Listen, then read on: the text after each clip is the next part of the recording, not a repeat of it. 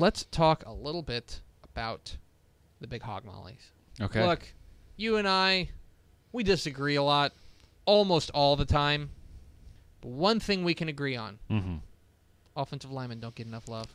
Oh, for sure. But this is a particular passion project of yours. It is. Former offensive lineman, Greg Tepper. I love me the big hog mollies. Yeah. The big boys up front, because nothing works without them.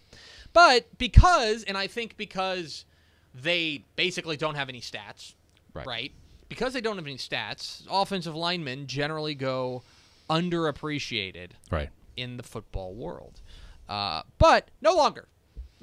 I want to give you 5 offensive linemen to know heading in 2018.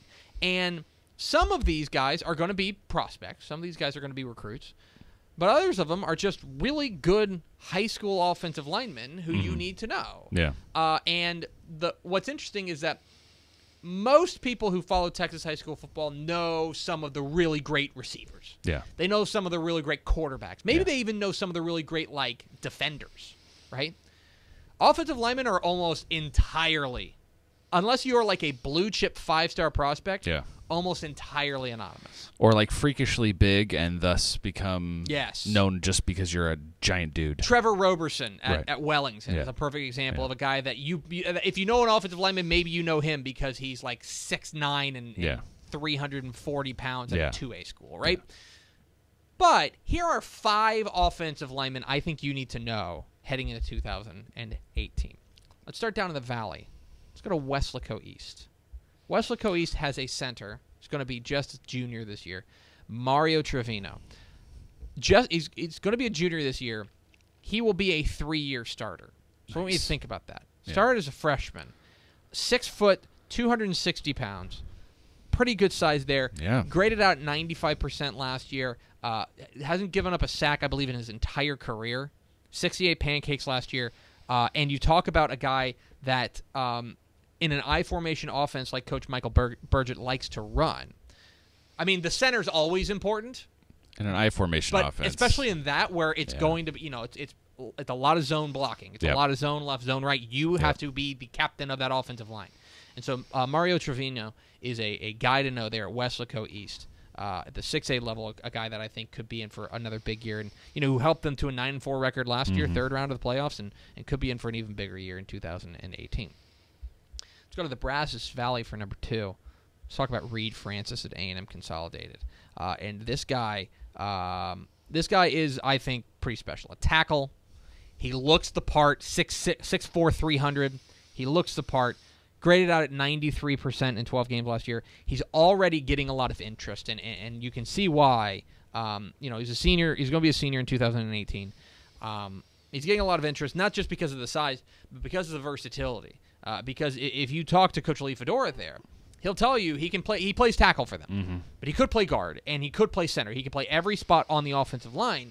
And when you talk to recruiters for the next level, that is definitely a plus. They want to have that versatility because if you're a guard and you can only play guard, that's great. Yeah. You are not as valuable if you can go play tackle or you can go play center. You can play everywhere on the line. So Reed Francis at A&M Consolidated, another squad that's on the rise, 9-3 last year, could be in for a very big year this year with 12 starters coming back. But keep an eye on Reed Francis at A&M Consolidated, the tackle there. Let's go to 4A. Let's go to DFW Metroplex with DFW Power Argyle. Okay, Argyle has a history of putting out big-time playmakers, but this guy on the offensive line might be the best of the bunch. It's Preston Wilson, the offensive lineman there. 6'4", 280. Coach Rogers there, Coach Todd Rogers there, just raves and raves about this kid. Talks about what a playmaker he is. An honorable mention All-State offensive lineman last year as a junior, heading into his senior year where he's going to be asked to take on more of a leadership role. He's going to be asked to be kind of the headliner on this offensive line. And look, with a team like Argyle where they've got Don Williams in the past, and they've had John Copeland, they had Cale Nanny, they had all these outstanding playmakers in the past. It doesn't happen. None of it happens without the big guys up front. And Preston Wilson's going to be the guy asked to step forward and be that guy on the Argyle offensive line if they're going to want to get where they think they can go. And there's every reason to believe they should be able to get there.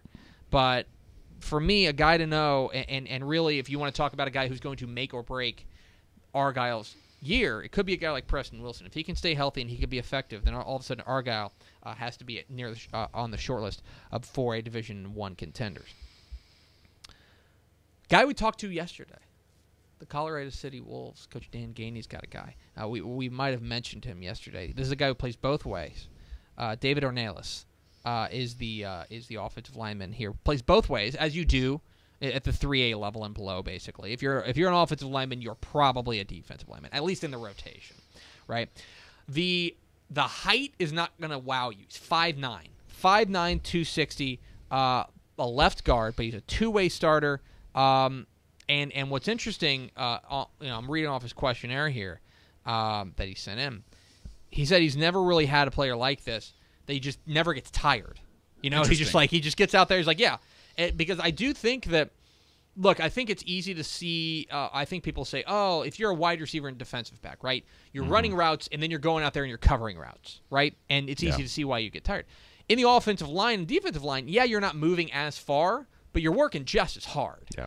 And the fatigue and the stamina that you need to play both ways on the line is really impressive.